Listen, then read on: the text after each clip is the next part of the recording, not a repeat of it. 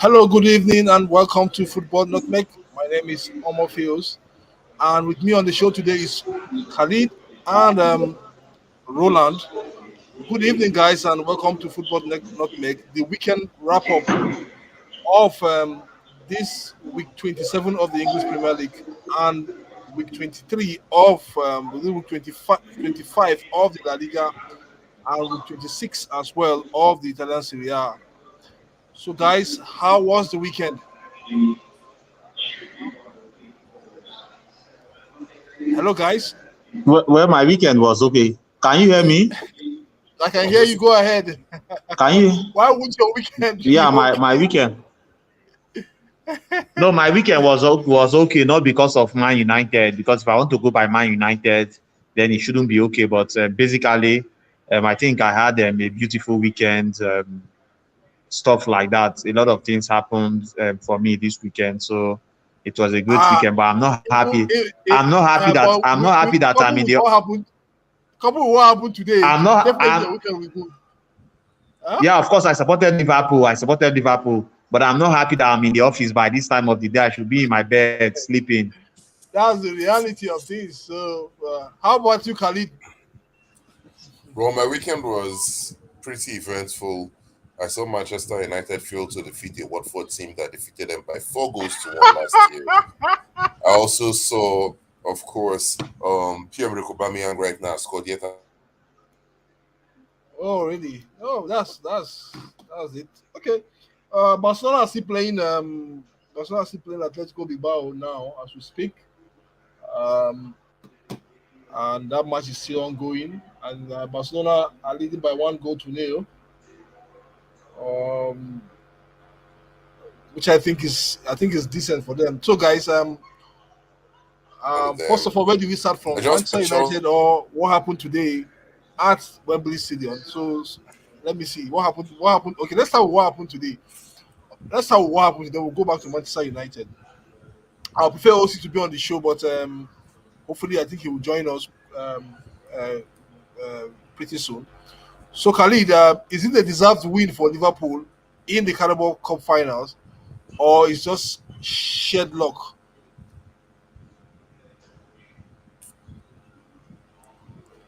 Hello, hello, guys. Yes, I'm you here, were sorry. talking to The call Khalid. came in. Okay, Khalid, is it Khalid? First of all, is it a deserved win? Is it a deserved win for Liverpool at the Carabao Cup final, or just shed luck at the end of the day? I can see OC on this I think it's. on the line. I think it could have gone either way. To be very honest, both teams put their best foot forward.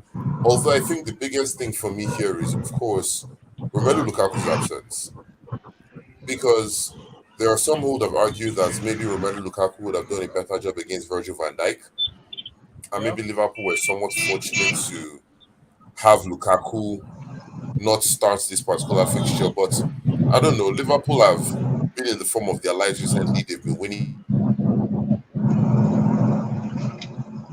Go ahead. Go ahead. There's a noise. Okay, hold on. Go ahead. Go ahead. Okay. Roland, what's your take about the match for today?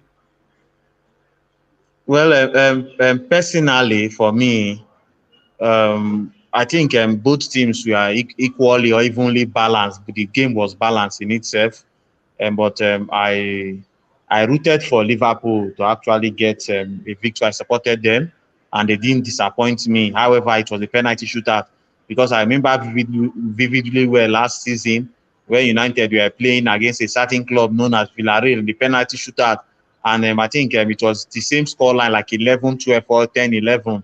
Yeah. A lot of Chelsea fans did not give me the breathe out, did not give me a breathing space. But of course, I'm not trying to pay evil for evil. But Liverpool were the better team. Of course, we saw that goal by Mane. Is it Mane that was disallowed? Matic. Um, Joe Matip. Chelsea also had their own chances. They played well. So I'm now beginning to wonder why you were bringing a goalkeeper because you felt because 2 times that they won trophy. That's the Super Cup against Villarreal. It was a penalty shootout. Then I think also the FIFA World Club Championship that they just won recently against Palmeiras of Brazil. They also needed that penalty shootout, and so Kepa was doing those heroics. And okay, today you expected him to, but all Kepa could do was to balloon the ball to Kiev, giving that ball to the Russian Ukrainian soldiers to actually protect themselves against the Russian invaders. But of course, it was a good game of football. I enjoyed the game. I watched first and second half at home. Then I had to be in the office, and then I watched like 10-15 minutes of the extra time, then penalty shootout, because I was working and I didn't concentrate more on the penalty shootout, and neither here or there. But it was a good game of football. A lot of football fans, I think even those at the office here, they enjoyed the game. And whether being a Chelsea fan or a Liverpool fan, it was a great game of football. And kudos to Thomas Tuchel and also the Liverpool manager that's talking about Jurgen Klopp, who has never won this trophy before. But yeah, this is his first domestic trophy. He's adding to the English Premier League. He has won the Champions League and what have you. I enjoyed the game of football, and Liverpool were overwhelmingly, they deserved this victory. And of course, they could have won it in 90 minutes. Chelsea also had their own chances to win and to score, but Mason Mount couldn't convert those chances he had and everything. So basically for Liverpool, it was a well-deserved win, even though it was a penalty shootout. And for that young goalkeeper, Kepa, who stood in for the Liverpool #1 choice goalkeeper, I'm proud of him. He was impressive. He never gave in. Despite the fact that he was up against world-class players, he still stood his ground. He gave up. He gave his own. And Liverpool ended up winning the Carabao Trophy. And for Klopp, that's his first Carabao Cup trophy that he's winning as a manager of Liverpool Football Club. So congratulations to Liverpool. Okay, if you guys would wonder why I have a very clear background behind me, it's just because of I think I have some news set all around. Okay, let's see. Osi, can you hear me? I can hear you. I'm manager. I'm on transit back to the office. So let's talk before I get to the back road where there's no network. Okay. Can you tell me what happened? That decision by Thomas Tuchel to bring in Kepa, was it a deserved decision? Hello, see. I didn't get your question. I said the decision to bring. I didn't get your question. The decision to bring in Kepa into goal, was it okay with you? Okay, well, first of all, let me correct the error by Roland. Roland, please, I know it's in Chelsea, but please bant us with the accurate bant. We didn't use Kepa. We didn't use Kepa at the FIFA Club World Cup, please. It didn't go into us. Please, next time when you're watching football, watch it with clear conscience and mind. We ended up winning that game during the regulation time of extra time. Please, we didn't use Kepa. The only time we used Kepa was against a Villarreal side that your own goalkeeper also ballooned the ball to Russia, to Putin's table. Probably that was what ignited Putin's. There was no Russian war at that time. When you want to bant us with the right, not being consistent in your banting. So quickly before I get to this part of the world where there's no network, I want to say it was a gamble that actually didn't pay off. Every coach has got a gamble one time or the other they use. A joker, like they say in football. Yeah. And that of Kepa has been is trying to become a regular joker, of which if he had delivered, we won't be talking about if it was the right decision or not. It did work out well the last time at the Super Cup. Remember, after that game we got to know that statisticians in that club have been able to distinguish between the three goalkeepers there who is the best in terms of goal and penalty. When it comes to penalty, on the regular, they have on the what's it called now? I'm forgetting that right word now. On a normal day, if you have you want a goalkeeper to be between the posts from the beginning to the end without penalties, it is Eduardo Mendy. But when it comes to penalties, the odds favors Kepa Arrizabalaga. So him telling Kepa to go in there is not a fluke, or it's not something that we should want to play down. it has worked for them before, and the statisticians there have seen it that is the best option.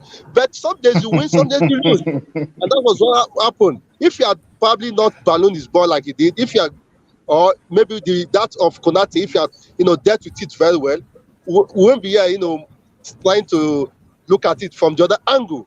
So it is football for you. Remember, sometimes you lose, and it's anybody's game. Okay, Khalid, what's your take, please, about with regards to the match? Khalid, Well, if I you are not think my finished number your speech, one. don't talk anymore. Well, see, this is my actually work. Wait. So I think the number one thing, of course, has to be the absence of Romelu Lukaku.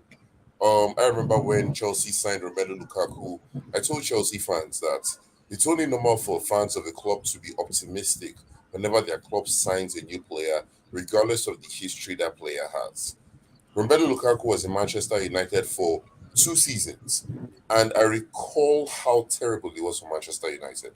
This is someone who is incapable of holding up the ball. This is someone with a terrible watching. This is someone that can possibly be relied on to deliver on the biggest stage.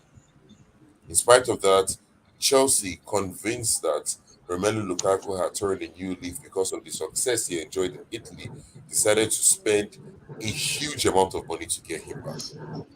Now, Thomas Tuchel's style of play is not the style of play where a striker can just rely on every other person to feed him the ball. Thomas Tuchel expects his players, every single one of his players, to contribute to every single facet of the game. This is also something that Manchester United are suffering with Cristiano Ronaldo. Romelu Lukaku is not the sort of striker that gets you the ball, that drops down to get you the ball, that's capable of holding the ball up, waiting for his teammates. No, Romelu Lukaku expects players to feed him the ball. And when you have a player with such a bad first touch, when you have such an unreliable striker, and then you fail to give him the sort of balls he needs to thrive, it's always going to be a bad combination. Now here we are, 2 consecutive games, what's a game? One Champions League tie, and of course now a Carabao Cup final. Romelu Lukaku was not in the starting lineup. It begs the question: will Romelu Lukaku remain in Chelsea next season, or do you think Chelsea will just cut their losses and maybe for a better, more reliable striker, a better fit for Chelsea in the summer? Okay, and that's a good one. I just I think that's a question for OC. OC, can you hear? Did you follow what Khalid said? No, I just passed through the bad patch of this road where there's no network. What was he saying? I think it was all about Romelu Lukaku. I think I guess. I guess it was all Who is about laughing that Romelu Lukaku. Roland? Who is laughing that? Roland. No, okay, no one that can take. If it's Roland, So I think it's about I know, Romelu Lukaku. I know it's about to cook another wrong band there. So let him laugh. Forget about this band of an issue you're saying. I agree. I made a mistake on that one. But I also told you about the Villarreal issue, so you should not be relying on that particular instance. Yes. No, I just want you to be accurate next time. You brought a goalkeeper out of 11 penalty. The keeper could not save one. You're telling me this is his forte? I'm not having an issue with that one. It's a bad in surface for him. My issue is that stop being inaccurate, stop being inconsistent where I banting. If you want to ban, this is a show that I think it's going beyond. OC, your network is terrible. I think when you get to the office, you can. I'm in the office actually. I'm in the office right now. I just got to the AIT. Okay, guys. John, what's your So as take I was with saying, regards if you must bant with cogent and accurate banting. Good evening, guys. Let's leave this banting. Let's leave this banting to the end, please. We'll come back to the banting. Good evening. Okay, John, what's your Good take evening, with regards everybody. to- Yeah, good evening. John, please don't bant me. Oh. Don't bant me, please. I beg you now. No, I'll free you. The person I was looking for is not on the show today. I was actually looking for I don't Robert. know. Because I kept begging him yesterday, he just won't let me be. All the same, it was a brilliant performance. It was a showpiece of English football at its best. Now you're Both teams gave talking. it their all. Funny enough, it was decision all through. Although it should be said, the officials got it right. It's been long I saw a final or a match in England so well Yeah. officiated. All the Kudos to goals that that were ref. ruled out Kudos to him. were ruled out correctly. Those the decisions that were needed to be got right, they got them right. The only point I would have had an issue was the VAR should have called the ref in the case of Keita's tackle on what was his name again? Chaloba. Yes, that should have been a sending off. That aside, it was a very good match. Getting to the penalty, it was anybody's game. It's just funny. I remember the year in 2005 when Neymar won 2005 when Neymar won their second Champions League. It was a Dele Ayedugba show. Whenever I got to penalty, they would take out Vincent Eyama from the post and bring in Dele Ayedugba. And Please, surprisingly, it worked thank for you them. for reminding us that. Thank you for reminding And us it that worked. because Roland has not been watching football. It worked all through for them. Unfortunately, Chelsea played to that script and it just didn't play well for them today. It happens. You win some, you lose some, How as they can will you say say. Chelsea is playing But to a Invert script? How can you say Chelsea is playing to a Invert script? Which kind of aberration is this?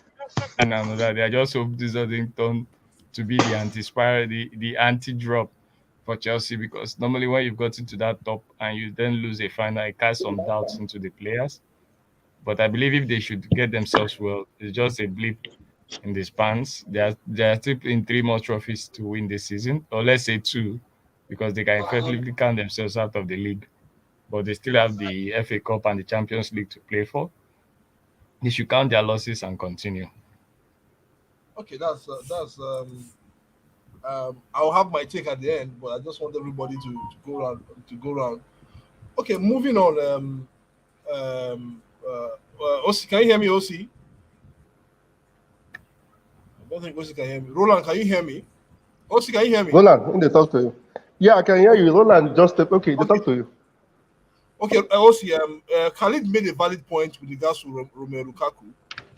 Okay. That signing Romelu Lukaku by from Inter Milan was not just good. Let me just put it that way, as simple as short. It wasn't just a proper signing for you guys. Do you agree with him? Yeah, I agree with him. It was a panic buy. Oh, I think OC is off. Okay, I think he's back once more. How did he perform? It's just like we going back now to sign Tammy Abraham after 4 years or thereabouts. Yeah. He has had his time with Chelsea. He didn't perform well. And we had a very good template for us to assess him with Manchester United. He didn't perform well. If I had one of the things Khalid said clearly, his first touch. Hello, am I seeing? Go ahead, you're in. Go ahead. Yes, Yeah, yes. I hear you. I hear you. His first touch is nothing you want to you want to, be pleasant with. It's so poor.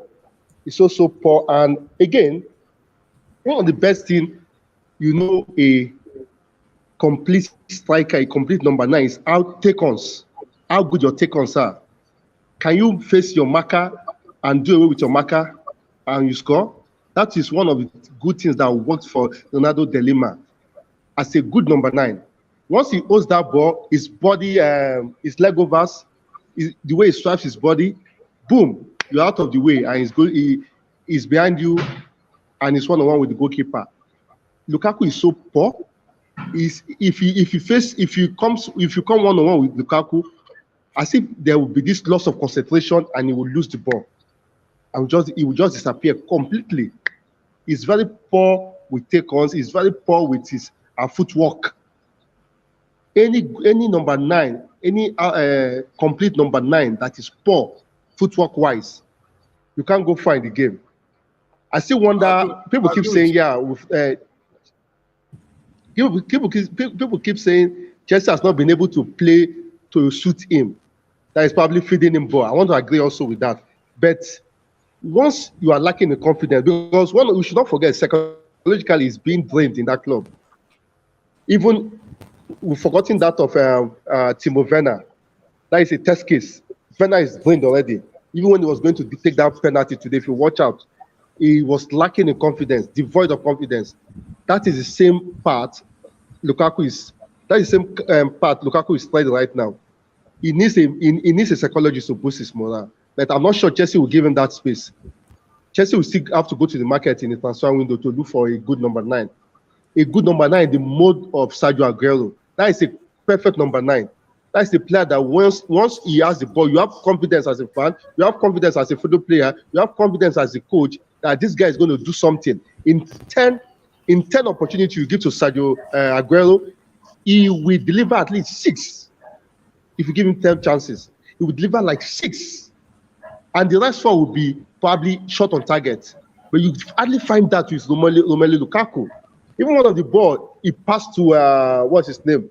To Timo Werner in the extra time or so. The commentator was like, he was lacking in confidence. That was why he had to pass that ball.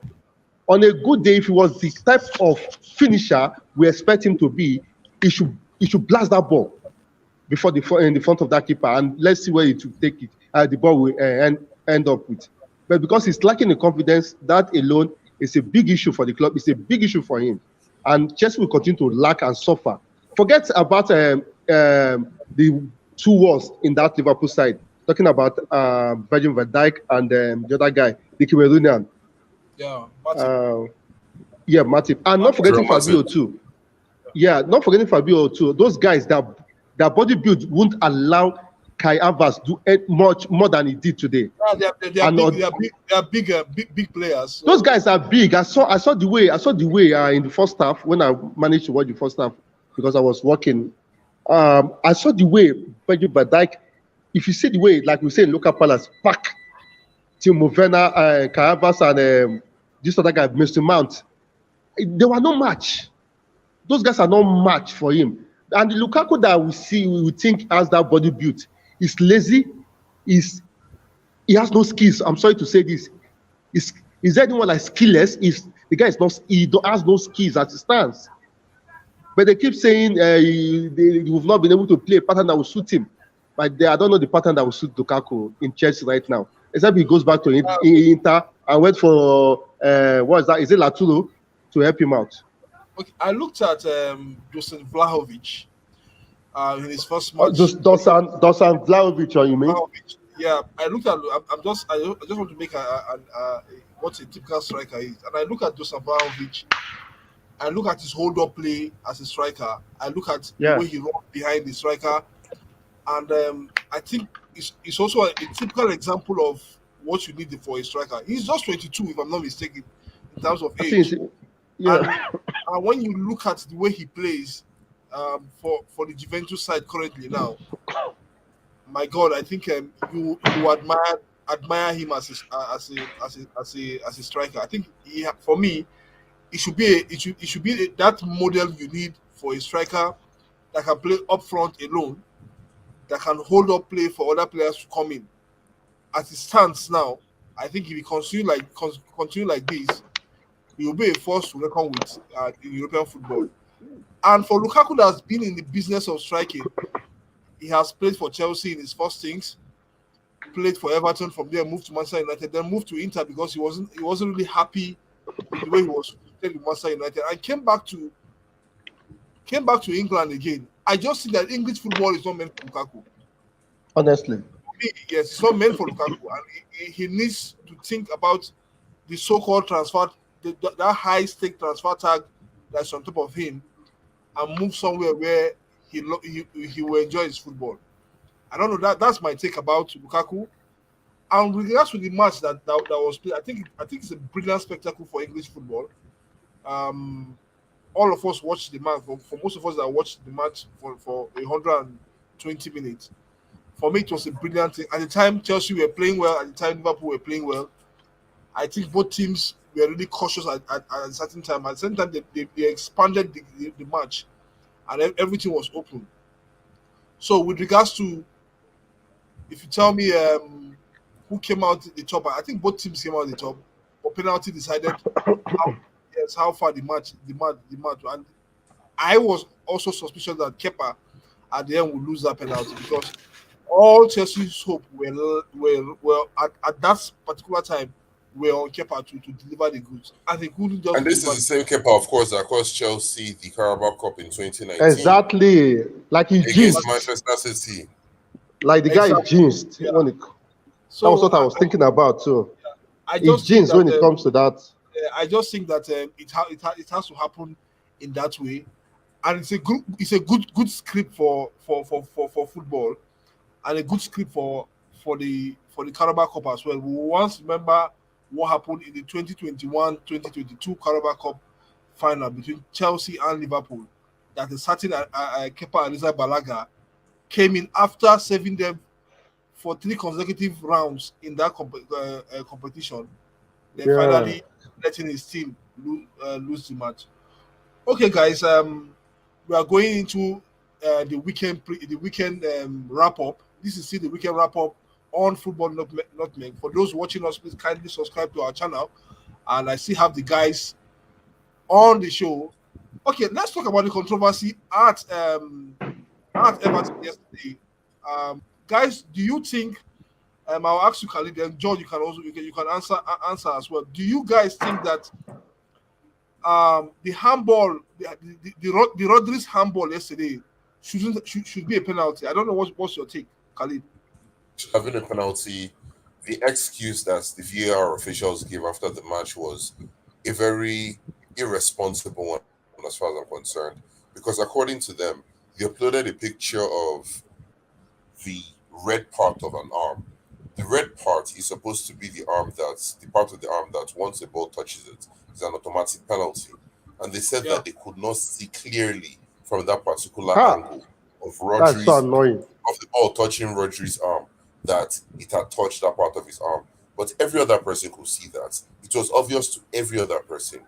I mean, the English Premier League has so many cameras around the stadium that if they really wanted to capture it, they should have been able to see it. It's really unfortunate. I feel it's high time the English Premier League starts punishing referees for these decisions because this is not the first time we're seeing this. And the video assistant referee that was supposed to come in to rectify these issues has not helped matters. So there's a reason why English referees do not even officiate at the World Cup. It's because of this ineptitude. They are just as bad as referees of the Nigerian Professional Football League. I do not understand what exactly their problem is, to be very honest. That was a clear penalty, and Everton have every right to feel aggrieved. Okay, before you jump in, John, Barcelona are 2-0 up now, thanks to Osman Dembele. With there about 17 minutes to go, Barcelona are 2-0 up. They John, want what's your away take? Usman Dembele. Exactly. John, what's your take, please? John, can you hear me? I think John can't get John. Okay, Roland, what's your take with regards to that penalty yesterday? That penalty that wasn't given at the Etihad. Well, about the penalty, I kept seeing Okay, the John is penalty back. from different Okay, John angles is back. today. Can you hear me, guys? Yeah, we can hear you. Yeah. We're waiting for Yes, you. I kept seeing the penalty from different angles today, and I was very surprised as to why it wasn't given because I didn't see the match live. But I just don't know. You see, the interpretation of rules keeps baffling me every day. This was the Honestly. same. This was the similar decision that cost Man U their place in the fifth round of the FA Cup when it was judged that the Middlesbrough player actually touched the ball with his foot before bringing it back with his hand. But I just don't see how the rule keeps changing by incident. The Rodri rule, the Rodri effect was clearly a handball. For some reason, best known to the official, he decided it was not an handball. Things keep changing by the day when we keep seeing rules. There just has to be some level of consistency. You see, the English problem, the English reference system problem is this thing we call this I too know problem. When everybody introduced the VAR rule in 2018 after the World Cup, every country introduced it. They introduced their own and they said they don't need pitch side referees. A season down, they introduced the pitch side referee. Now, the advantage and the 1 year in between that most leagues have used to study and make assess mistakes in between that year, the English FA didn't have it. Now, the mistakes that we've seen most leagues already try to overcome and they have already stepped ahead is what they are now having. Now, we are seeing offside rules with different problems. Whereas in the Spanish La Liga now, they do what is called clear offside rules. Like if it was in an English in the Spanish division that Lukaku incident happened, now it should have been a goal because it will tell you it wasn't clearly offside. They don't go about drawing looking for where the toenail is longer than the other in order to get offside rules. So they just keep doing things that in order to prove themselves that they are above everybody, they keep making silly mistakes, and that's what is costing them. Otherwise, I don't see any reason that shouldn't have been a penalty. Season in, season out, you keep seeing it. Tomorrow now on Sky Sports by 11, you'll be seeing what's his name again? This ref Doha. He will come and start giving you funny interpretations why it shouldn't have been, why it should Tamot have been. Gala. Yes, Damat Gala, thank you. We will keep giving you very funny interpretations why it should have been, why it shouldn't have been. When we clearly know that this was what we were seeing is in black and white. Oh, let me not say black and white. It was in color TV, HD these days. So it was as plain as daylight. But for some reasons best known to the referee and the VAR official, they said it wasn't a penalty. We just have to go with it. Okay, Roland, what's your take?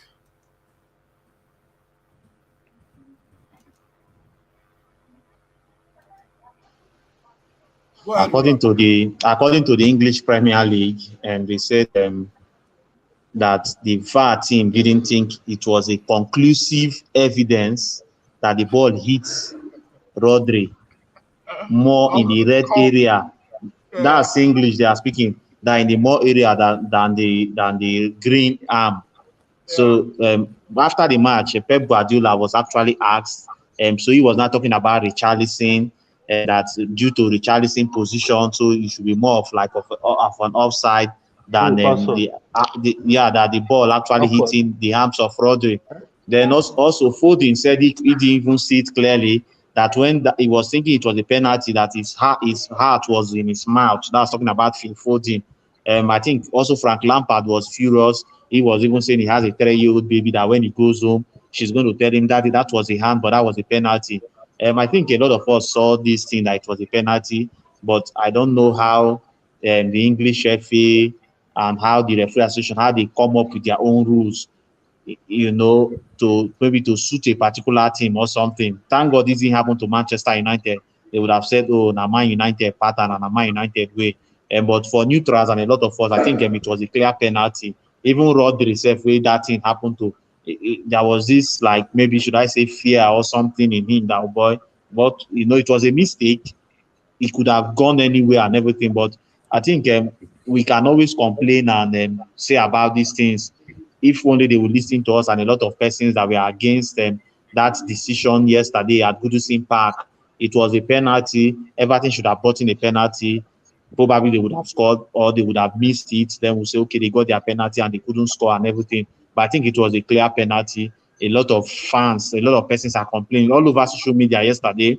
It was all over the places because it was clear, like you saw it, not like say see him. Then if you no see him, you go say you won't watch the play. Even when they show you the play, you go see him to say, this was a penalty. But I think the referee did not award it, and VAR also did agree with him.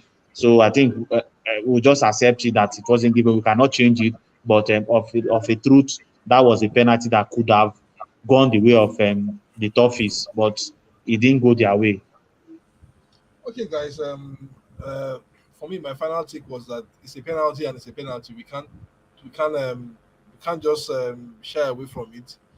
It's all clear. We have thereabout, I think, an average of 80 cameras in every an average of 80 cameras in the English stadia where football is being played every weekend in the Premier League. So I think the VAR has to be adjusted. They have to come look at things in the way that we as fans look at things and we see it clearly. I just think that it's a shame for English football.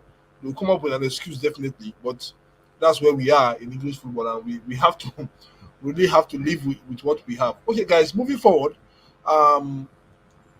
When we look at the table of the English Premier League, we see that still no changes. We see still no changes, but there are a little bit of changes in the bottom because Everton are now 17th, and they've been dragged to the relegation zone, and we see Newcastle are now 14th. So do we still see this Everton? Do we see Frank Lampard rescuing Everton at the end of the day? Khalid. Well, I don't know. It's a Herculean task. On the bright side, it started. Things have been better than when Rafa Benitez was still in charge of the club, maybe take it of new manager bounce, but it's going to be a very difficult task. As you said, as I said, there's a light at the end of the tunnel. They lost to Southampton. That's a game that we all expected them to lose. They defeated Leeds United, a game we all expected them to win. But that defeat to Newcastle, some people have used it to give them a very damning judgment. But I think Newcastle invested in them in the club this what they call the January transfer window, and you can see the effects already. Similar to what we're seeing with FC Barcelona, when you invest in players, you get to reap the dividends of your success. So everything so far, yes, there is some cause for alarm, but I think Frank Lampard will be able to turn things around.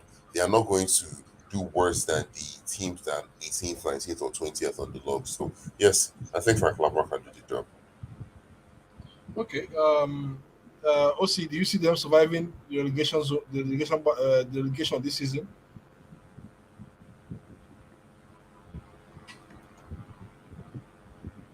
Hello, OC. Okay, I think OC is not. John, do you see I'm Everton? talking. I'm talking. Can you hear me?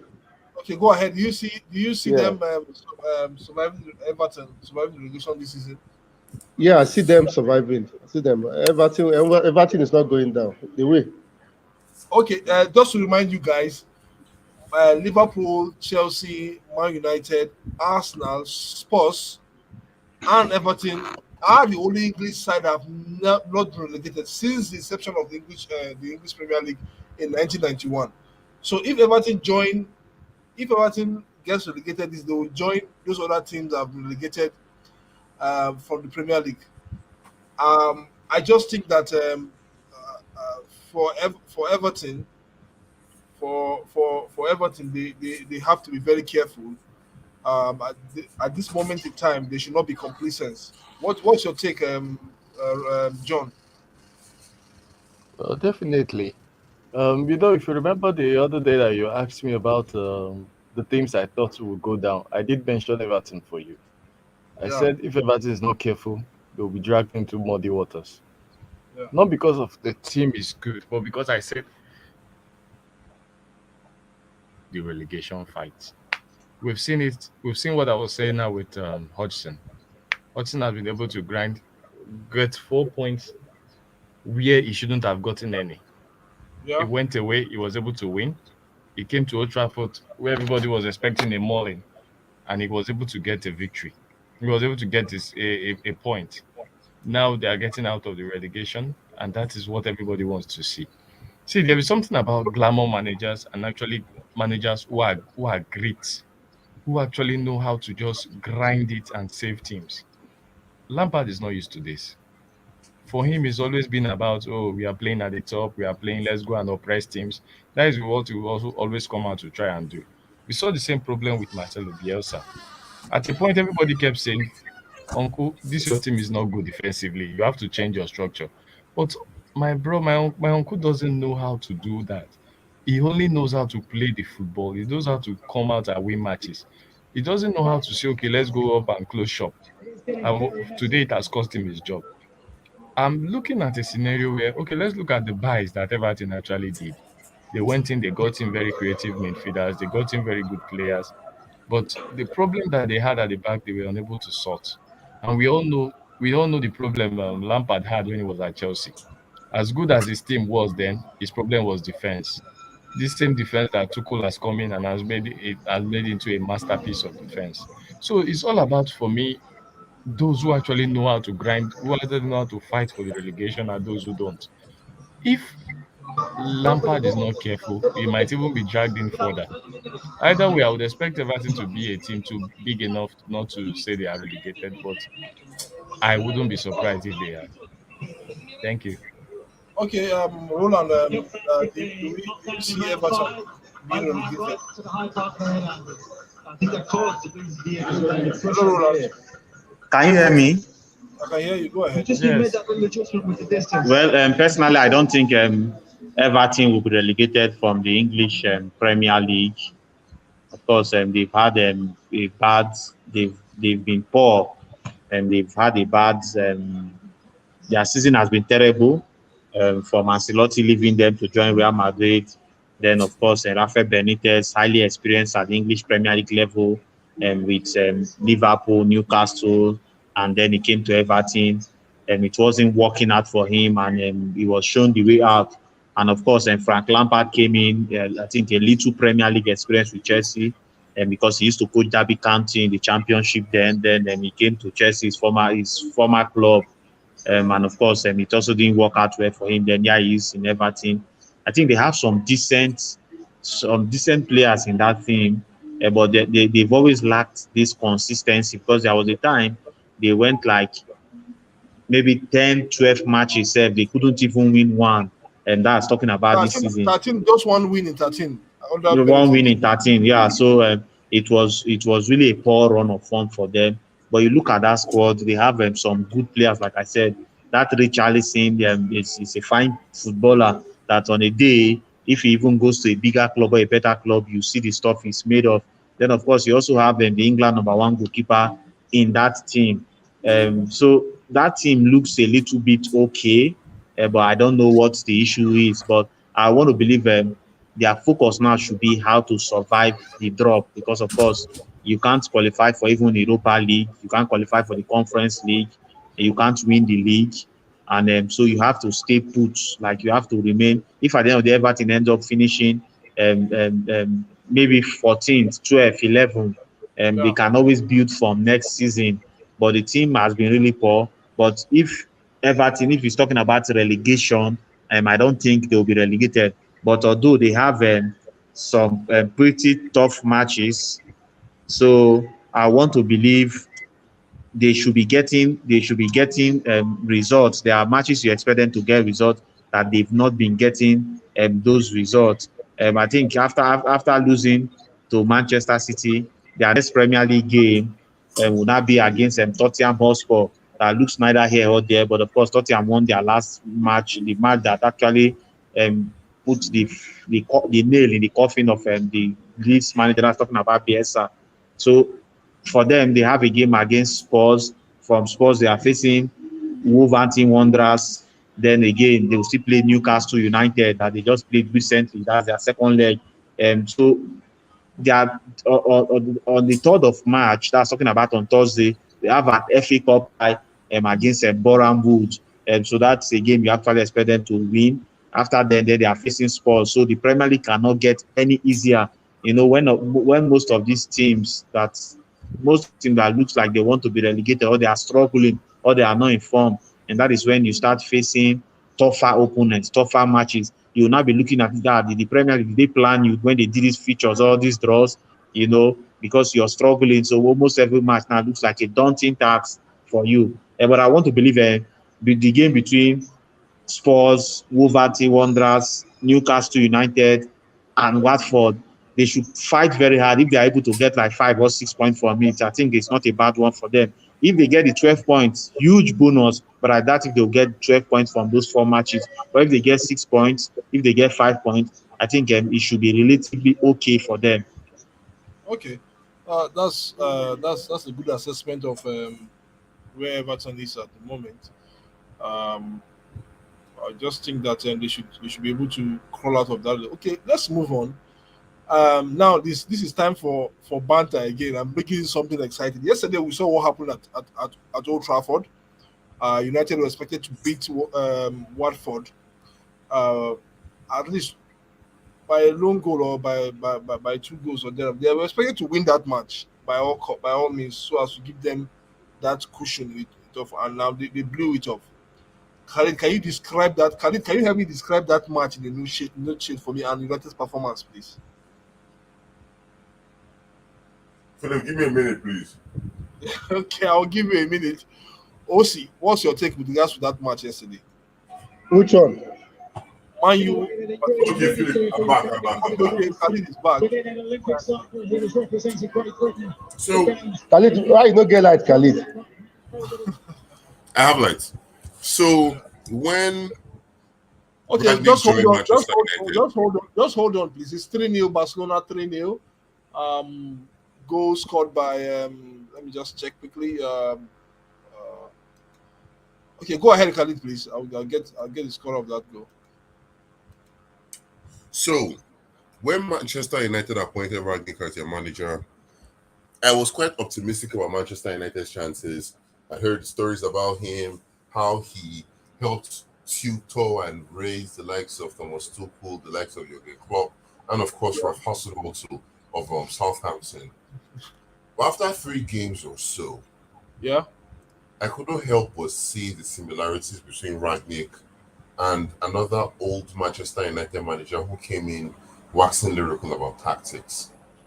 That manager is Louis van Gaal. I can't help but see the similarities between this style of football and Louis van Gaal's what they call it philosophy. Yeah. Because at the end of the day, the main goal is to score goals and win matches. Manchester United, the same issues we've had under Ole Gunnar Solskjaer, under Jose Mourinho, under David Moyes, in fact, ever since Sir Alex Ferguson left, keep popping up in spite of the manager at the dugouts. Now, you see a complete lack of intensity from these boys. You see an unwillingness to fight for every ball. You look at a team like Manchester City. Kevin De Bruyne presses as hard as Phil Foden. He doesn't think, oh, I'm Kevin De Bruyne, so I shouldn't be pressing. No. And that's because Pep Guardiola holds every single one of his players to a similar standard. You know that if you fail to perform, there are more than enough people on the bench waiting to take your place. With Manchester United, certain players keep having their first team position in spite of how bad or how well they play. Cristiano Ronaldo is a legend of the game, but Cristiano Ronaldo has not been the best player so far this season. For the past month or 2 months, even, Cristiano Ronaldo has not really helped Manchester United. He has not given them the goals. To be fair, this could be because there has been an unwillingness or an inability to create chances for Cristiano Ronaldo. But right now, against that Watford team, a team that defeated Manchester United by 4 goals to 1 last year, a team that has not won a single match. In fact, not just won a single match, a team that has lost every single game, every single league game since they faced Manchester United the last time they played, was a team that Manchester United could not defeat. And this is truly heartbreaking. We just have to, at the end of the day, it feels like it's now a cultural thing. It feels like this is another Arsenal. Because Jadon Sancho was a good player with Borussia Dortmund, he has come to Manchester United, he's mediocre. Bruno Fernandes was a fantastic player for Sporting Lisbon. He started like a house on fire for Manchester United. Now he's stable, he's mediocre. Paul Pogba, who is brilliant for France, has never really shown for Manchester United. So what exactly is impeding this players' progress? What exactly is stopping them from playing at the level that we all look like capable of? Because Manchester United should not be drawing with Watford, the worst team in the English Premier League, of course, at Old Trafford. It is truly heartbreaking. Okay. That's a fair assessment for me. If I can get somewhere that can give me an harsh assessment, you still have players like Rashford that don't track back. You still have players like Maguire in that team that are not really disciplined when it comes to that. They can't really organize the defense. For me, I think when you have those players, you keep on having problems like this all across that team. I think for me, I will cut Khalid. For me, I will cut Ralph Ragnick a slack because I think yeah, Mm-hmm. yeah, I will cut him a slack, and this is my reason. My reason is that I'm not giving excuse for him, but my reason is that Mm-hmm. he knows he has a time frame, and that time frame is 6 months. And for me, outside Man City, he has picked the most points since he came in. He has picked the most points, one behind Man City, and also okay, one behind Man City. I think he has picked the most points outside Man City since he came into the English Premier League. But I just see that there are players in that team that are not ready to play for the team. For me, it's not all about complaining that Ralph Ragnick training is blah blah. This is outdated. It's outdated. He started with a 4-4-2-2-2, which didn't work, and he reverted to a 4-2-4-2-3-1, even 4-4-2-3-1, if I'm not mistaken. And he started picking up points gradually, but the numbers of draws are just too much. And this is just because there are players in that team that don't do their job very well. The likes of Rashford, I keep on calling Rashford, and I know why I'm calling Rashford because when you see him play, he just throw down the pitch when he loses the ball. There is no urgency in him. There is no I've lost the ball. Let me track back. See, for me, the best player in Manchester United outside David again currently now is Jadon Sancho. For me, I think he has been the most improved player so far so good. I think for me, I think the issue he had was a cultural change of football, which I think he has overcome. But he cannot just be the man alone currently now. Bruno Fernandez pops on today, go down tomorrow.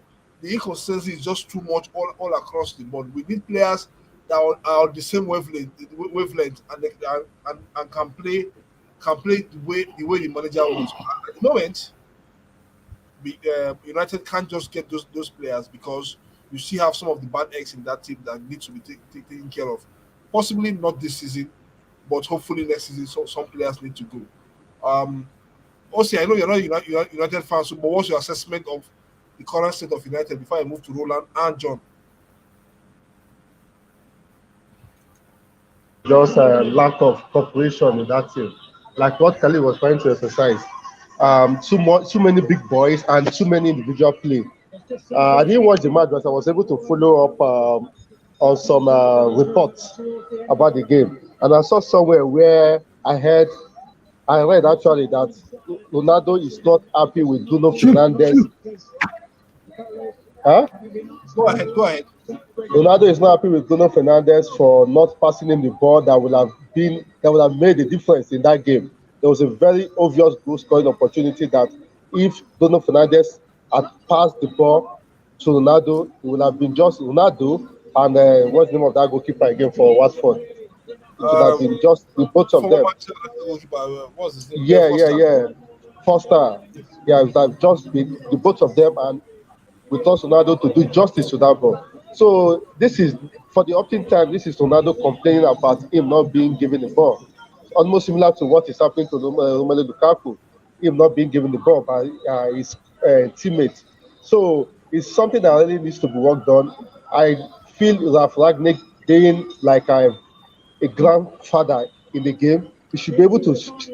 I don't want to say fear, but he should be able to, instill discipline, instill teamwork into these guys.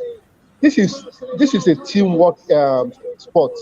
If you don't pass to Ronaldo, there's no way he's going to score. And Ronaldo also should stop being a big boy. He should learn how to track back. He should learn how to also play like a team member. I don't know, maybe I might forgive him because he's aging. Playing Yeah, at 37 is not, yeah, playing at 37 but is not, but it's but, not, but, it's but not. he never. If you look at Cristiano Ronaldo, all his playing days, he never tracked back.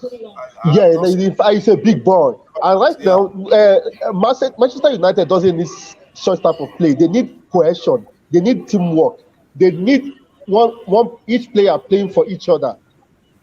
And that is why you see a club like Manchester City going all the way because there you must play to the instruction of the coach, or else you will not see yourself in the first 11. And they have yeah, somebody else that is capable, that is ready to replace you instantly. The yeah, moment you exactly. are not performing, somebody is waiting on the sidelines to replace you. That is how Manchester United is supposed to be a club that is known worldwide, a club that is respected all over the world. Come on. But the Manchester United deserves better than what is happening right now to that club. It's painful. I'm not a fan, but it's painful seeing Manchester United being brought down to rubbles with this type of display daily, every weekend, every now and then. I agree with you. I agree with you. John, what's your take?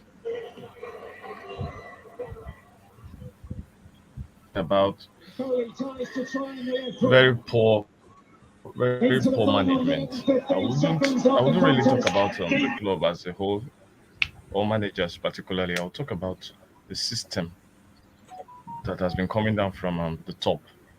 All of a sudden, Manchester United has become a team that just keeps forgetting about buying for the sake of buying, and they just buy for glamour.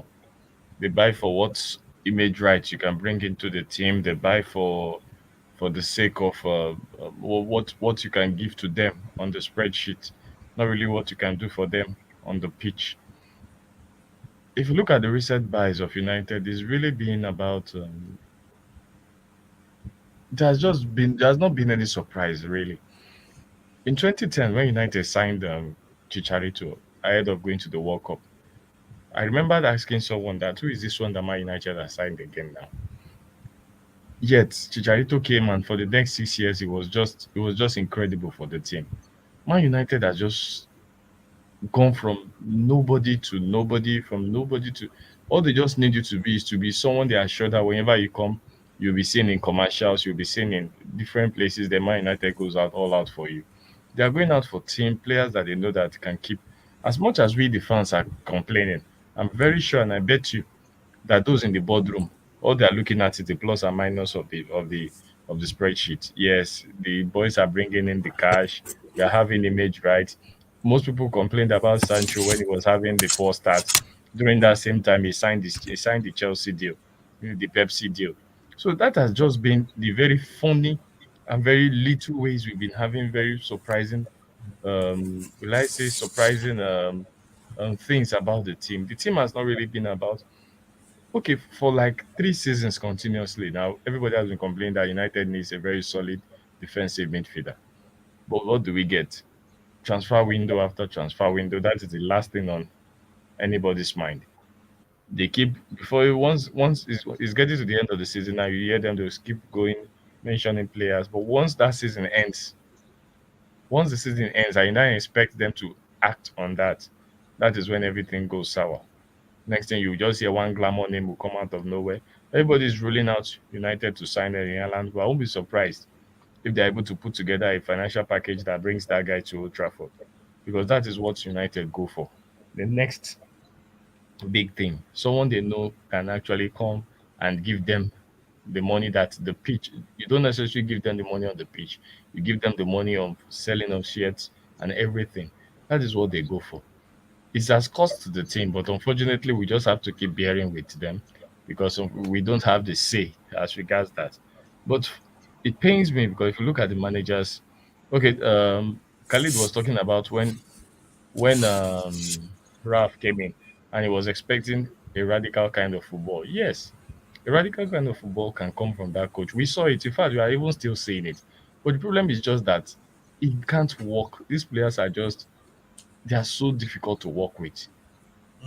How Pogba has how all of a sudden has how become how so how so? How so? Pogba has become so one-dimensional for starters.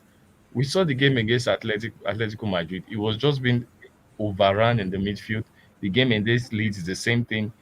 All of a sudden, Pogba becomes a player that straight after 50 minutes, if you don't take him off, you just be playing 10 against 11. And this was supposed to be the most expensive player in the world 5 years ago. Fred plays at a point. I was listening to the Talk Sports commentary, and it was saying it's better you get Fred to play the ball on impulse than you allow him settle down to play the ball. Whenever he settles down and plays, you see him making so much errors. But when he plays on impulse, if you force him into playing, he plays better. Yeah. Is that supposed to be a criticism? That's like a slap in disguise. As a footballer and a midfielder, you should be able to hold the ball and caress the ball and make the ball. For heaven's sake, the midfielders are supposed to be artists. It was, I think it was Armin that posted a picture during the week, and he was saying he's the guy that carries the piano for the artist to play.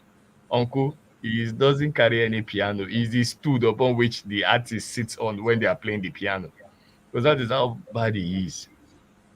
I keep saying there are many players that can be bought for very cheap prices, and they'll come and do the work that most of these Man United players are finding very difficult to do. We keep saying about Newcastle. Newcastle have not spent much, but look how good that team has become since the end of the market. Now they've only considered one goal. That is what happens to a good team when you buy wisely. The problem has been just been the way United has been buying, and that's what has been rubbing off. I just hope they change their philosophy, and if they do, I believe most things will get back in shape. Thank you. Okay, guys. I think Roland, what's your take? Is Roland there? Can you hear Roland, me? I can hear you. What's your Can you take? hear Yes, me? yes, Yeah. yes. Okay. I think Man United actually we are looking at a club that has should I say, I'll target like Go ahead, please. defense at the front and at the back. Yeah. You know, we've considered too many goals because I'm talking about the on pitch what happens on the pitch of play. We've considered a lot of goals, matches where you feel Man United should keep clean sheets. A lot of persons know that I'm critical of Harry Maguire. Of course, I have every right to be critical of him. You can't buy a defender with that amount of money and then you're conceding goals because you expect if for instance Man United were conceding 30 goals a season before Maguire comes in with that amount of money and that hype, the team should be conceding now like 15 or 20 goals. Okay. Can you hear me, Roland? Hello? Okay. I guess you can't. You, Okay, go ahead, please. I'm with you. I'm with you. So Okay. if you're spending, can you hear Just a me? just a quick update. Yeah, yeah. I think the Barcelona match just ended now, and it ended in 4 goals. The last 2 goals were scored by Luke De Jong and Memphis Depay, who just returned back to the team today. That's a good one for them. It shows that Barcelona are back, and people should be very, very wary now with the way they play. Go ahead, please, Roland. Okay, so the defense is one of the issue. Then secondly, leadership issues. Of course, that's a team that you could see like, okay, Bruno Fernandes is a leader, Ronaldo is a leader. Maybe when Bruno was in Sporting Lisbon or when Ronaldo has been in Real Madrid, Portugal, and everywhere he has been to, he has shown those leadership traits and qualities. But in Manchester United, we are lacking leadership. A captain is not necessarily the best person to be a leader. You can be a captain and not still be a leader. I think Maguire Exactly. is a captain. Maguire is a captain, but he's not a leader. So we are lacking that leadership trait. You can look at the likes of Chelsea. They have leaders. Thiago Silva is a leader. Cesar Azpilicueta is also a leader. It looks like Jorginho is also a leader. You go to Man City, they have leaders there. Ike Gundogan is a leader. Look at Ruben Diaz that they bought from Benfica. He's a leader. Kevin De Bruyne, those guys are leaders. You look at Liverpool, you have Van Dijk is a leader. You have Jordan Henderson. And it looks like Mane and Salah, they are also leaders in their own quality. Fabinho and stuff like that.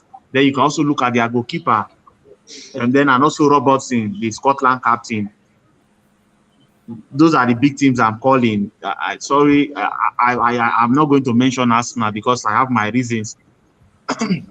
So coming down to Manchester United, we don't have a leader in that team. And when you don't have a leader, those days you see the team, you have Vidic, you have Scholes, you have Gary Neville, you have Ryan Giggs, you have Evra, Ferdinand van der Sar. You have people that were leaders, Serie A winners, and what have you. And we're also lacking that currently in this present Manchester United. Then also, the third issue is how do you keep Cristiano Ronaldo happy? Because, of course, coming from Juventus and the boss that is going to be that catalyst that Manchester United will challenge for title. They could win their first title since 2013 or 2014, thereabout, and stuff like that. Ronaldo coming, there was a new boss at Old Trafford. Oh, the English Premier League is having one of the greatest players of all time, if not the greatest players of all time, back in the English Premier League. And there was that buzz that you needed to make him happy. Of course, he's Man United top scorer in both the English Premier League and also the Champions League. But of course, if you look at his performances of recent, is really nothing to write home about because it looks like he's not happy. It looks like he's not getting what he seeks or what he desires or what he wants. He's a serial winner.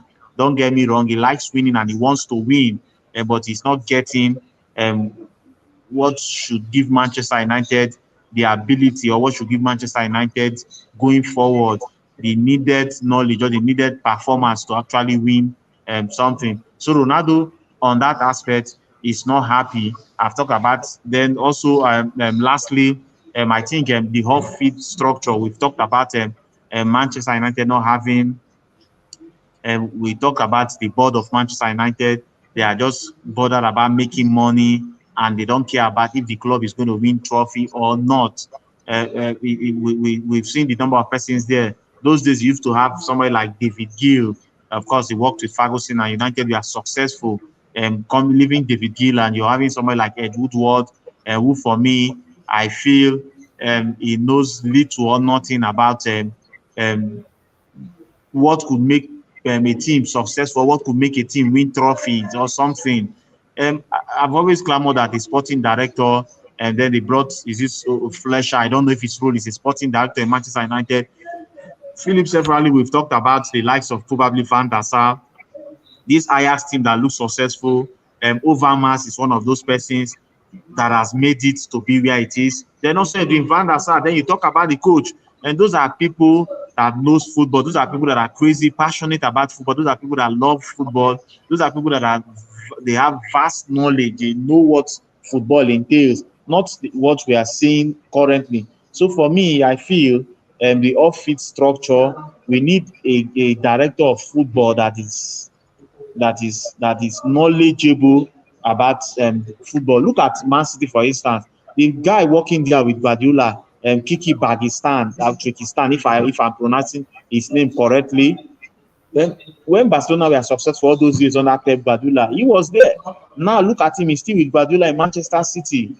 So we need sporting directors, people that someone that is vast about football. Of course, is it possible? It's also, you can be winning trophies and be making money. So I don't like this notion or what people say, and that just they make the money, leave trophies first. We are in the world that if you win trophy that you don't make money, or if you win honors you don't make money. So I feel those are the issues Man United are lacking, and we need a manager. Of course, that's the last one. I must always talk about that. We need a Serie A winner. For So me, who do you prefer, Ten Hag or Pochettino? I'm not a fan of Pochettino. I think Ten Hag should be the perfect man for Manchester United. That is what I feel. He's good. He knows what he's doing. Pochettino, with his arrays of stars, is still struggling. But of course, I'm not taking anything away from Pochettino. He has been to the UEFA Champions League final before. Credit to him. Not all managers can achieve that in their career. I'm not talking about winning it, but getting to that final. And he's almost certain of winning the Ligue 1 title. Of course, last season, Lille won it from PSG, who had dominated it maybe in the last 5, 6, or 7 years thereabout. So for me, I think the Ajax coach Ten Hag is a brilliant manager, is a brilliant manager. He's technical, he's very good, he's sound. Zinedine Zidane for me has also been, but I don't know if he's going to join PSG or the French national team. I think it can be Zidane or Ten Hag for me. Okay, how about you, John? Well, I keep saying it. I'll prefer Ten Hag far, far better to Pochettino. Not just because of the very many things that he has done with Ajax, but because of the way you see Ajax. I mean, Ajax has all of a sudden become a team that doesn't fear anybody. We saw this same Ajax team take on a particular Juventus team and destroy them at the Allianz Arena. As if that wasn't enough, they went to the Bernabeu and totally annihilated Real Madrid. Madrid side. This shows that this was a team that, and for heaven's sake, this is a team that doesn't have a lot of high class players. Yet they've been able to just prove themselves that they can do what they need to do. That is the kind of thing we need in the United team. My problem is I don't know if when he comes, he will be allowed to get the kind of voice he needs to get. Because if it's about flooding out, there needs to be a lot of flooding out at United. I know it would take at least two transfer markets for United for him to get himself steady for what he needs to do. But it's all about him and at the end what he comes to do. But for me, I'll prefer Ten Hag far far beyond Pochettino. Okay, I think that's for me. I think for me with United, it's just about next season. Anything that happens this season should just be Ronaldo leaving. Doesn't really bother me if he leaves, if he stays. I just think that for me, it has to do with how well the club is organized, is reorganized. The structure of the club is reorganized. There's a certain Arnold now that will taking up that job at the beginning of next month. Um, there are other things aside that needs to be looked at. Like I said, I've not read the Arnold's profile. If he's if he's somebody outside football, but like I've been hearing, he's somebody within the football, which I think is a brilliant one for us. We need people that have that footballing sense in the club. And that will make a whole lot of difference going forward, so that we know who we sign and who we bring in. Finally, we'll talk about. We can't go without talking about Roman Abramovich, Chelsea's owner. Um, I don't know what how we could call this. Was it a smart move by Roman Abramovich to seed the club to Chelsea Foundation, or is it did he just do it out of panic? We'll see. I mean, Apart from the money, Roman has genuine love. He might be doing that thing wrong, but he has genuine love for that no, no, team. no. I agree with you. 19 trophies in 20 in 20, He has 20 genuine love. Yeah, 20 he has genuine love for that team. So I think part of being a businessman, part of the hazard of the job, part of being a friend to the number one tyrant in Europe or the world, that is one of the fallouts. When if you make your money, like somebody says, you made this money through the Dangote way by being close to government, and the report has it that he was one that introduced Putin to the former president of Russia. That was how their partnership or their friendship blossomed over the years. And the best thing, because the world is out for blood against anything in Russia, against anybody that has ties with Putin, against anybody that has enriched or benefited from the corrupt system over there in Russia. So if he didn't do what he just did yesterday, he might lose that club entirely, Why not completely. see? And it's not even safe. It's not even safe. We are not even sure if this will still be enough for him not to lose the club. Because in the days to come, we'll get to know more what the UK Parliament is going to say as regards that, because there have been calls, several calls, that the club should be taken away from him completely without having anything attached to it. And this is a man that has suffered persecution from the British government. He had to go get his Israeli passport so he could find a way to the United Kingdom, because having the Russian passport, Russia, anything connected to Putin becoming a pariah, he was his visa was what's it called, revoked. So how do you assess the UK, where you have a business empire, without a valid document? So you had to quickly go to the Israelis, of which you know he's a Jew, and most Jews are Israelis. So he was able to obtain that quickly. So all in all, I feel for him. I feel he's he's suffering for his sins. Yeah, I want to say that he's suffering for his sins. Forget the fact that the Chelsea fans, forget the fact that his funds have been used as help Chelsea a lot. But it is what it is, man. Yeah. The world is against everything Russia now. So if he ends up losing the club, so be it. It has happened. It has happened. It is part of he that lives with the sword shall die by the sword. Okay, guys. That's a fair assessment also From my for view. Okay, over the weekend, the table is still the same thing in the English Premier From my League. Still the same thing. why are you sleeping? Everything should be back to normal. Hopefully. So, Roland, what's your final take, please? Roland, they talk to you. Come again. My final take on the weekend sporting Yeah, activity. yeah, Well, I think basically there were a lot of football matches being played in the Nigeria Professional Premier League. yeah, I love what we saw today. I think in the NPFL, a particular footballer. Which game, please? Which of the games? Uh, yeah, I'm coming to that now.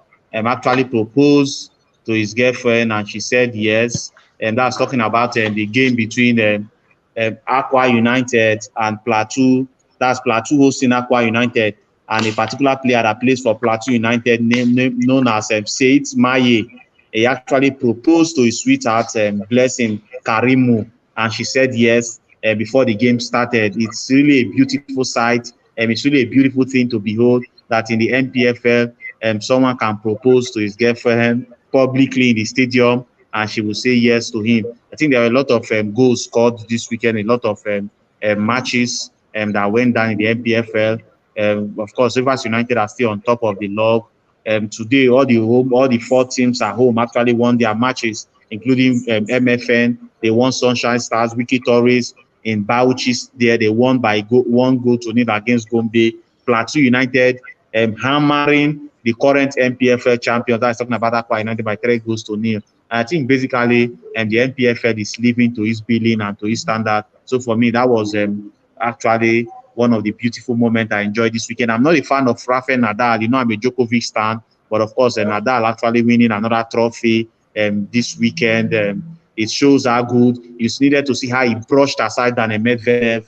I think for me, Nadal is one of those players we need to give thumbs up. He has been impressive. Yeah, I think that's a good one for Rafael Nadal as well. Okay, but for all of us here, we see. Okay, also your final take, please. Well, to me, I'm coming. I'm coming. I want to say, let's expect good football. I'm not a Man U fan, but I want to see Man U back to the saddle. I'm happy Barcelona. There are some traditional teams that you don't want to, no, despite you not being a fan of such clubs, you don't want to see them go down the drain. You don't want to see them being, this demystified. Man U is one of Yeah. such clubs. Yeah, Man U, Barcelona, there are some of those two clubs that have, despite not being a fan, I've not been happy that they've not been living up to the billing. So Barcelona has gone to the market. They've been able to, do the right things. The next club I expect to do the right thing is Man U. I hope it's not just too late. Yeah, I agree with you. So, guys, thank you so much for being part of the show this evening, and for making the show much more lively. I hope that we catch up soon, hopefully next week, with you guys. And thank you so much for Try to being. come, I beg. Yeah. See you guys.